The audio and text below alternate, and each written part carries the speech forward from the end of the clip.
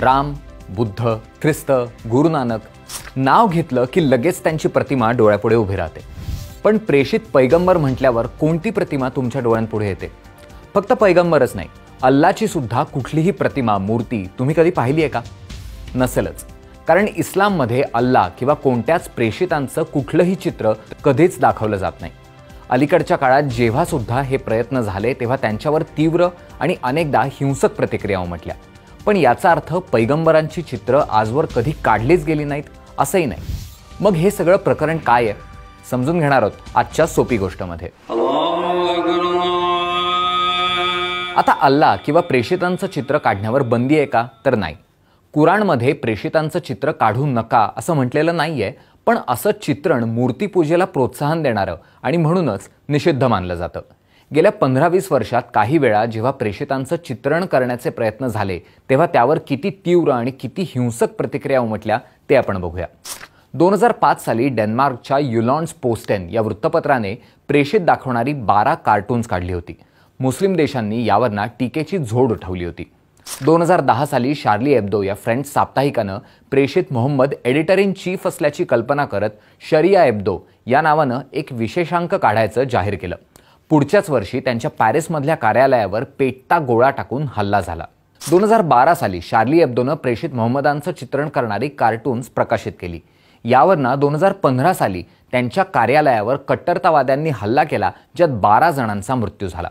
2020 साली एक धडा शिकवत असताना वर्गात प्रेषित मोहम्मदांची कार्टून्स वापरल्यामुळे सॅम्युअल पेटी या फ्रेंच शिक्षकावर हल्ला झाला आणि त्यांचं शीर धडा वेगळं करण्यात आलं. कुराणमध्ये अल्लाचं वर्णन सापडतं. 42व्या सूरामधल्या म्हणजे प्रकरणातल्या 11व्या आयतमध्ये म्हटलंय की अल्लाची तुलना कशाशीच होऊ शकत नाही. याचा पुढे अर्थ असा घेतला गेला की अल्लाचं सौंदर्य आणि महानता एवढी आहे की ती मानवी हातांना रेखाटता येणार नाही आणि त्यामुळेच माणसाने असं करणं हा अल्लाचा अपमान ठरतो. इस्लाम हा मूर्तीपूजेला विरोध करतो.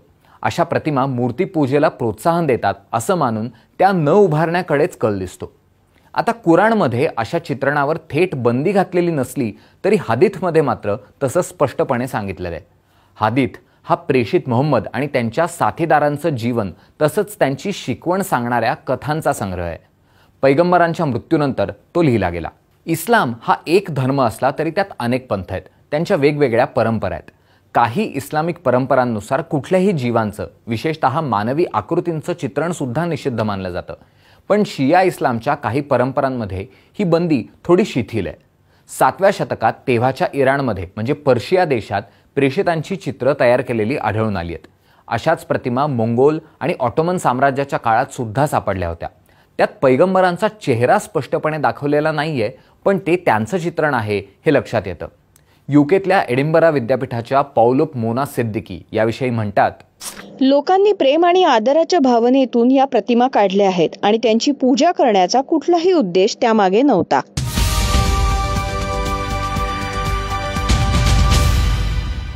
बहुतांश मुस्लिम अभ्यासकांच्या मते अगदी सुरुवातीपासूनच प्रेषित मोहम्मदांचं चित्रण निषिद्ध मानलं गेलंय.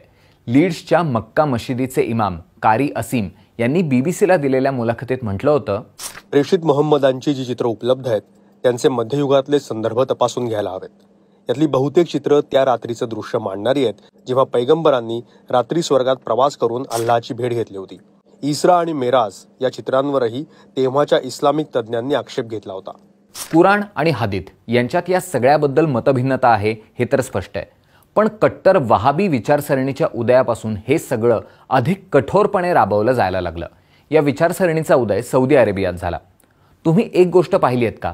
इस्लाममध्ये कॅलिग्राफी म्हणजे सुलेखनाचा वापर खूप मोठ्या प्रमाणात केला जातो.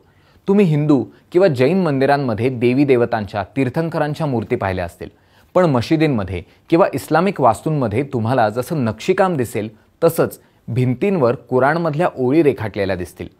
पैगंबरांचं चित्रण करायला बंदी असल्यामुळे काही ठिकाणी कुराणमध्ये पैगंबरांचं वर्णन करणाऱ्या आयत या सुलेखनातून रेखाटल्या गेल्या. ऑटोमन साम्राज्याच्या काळातले अशा सुलेखनाचे नमुने जगभरातल्या अनेक संग्रहालयांमध्ये जतन करून ठेवण्यात आलेत.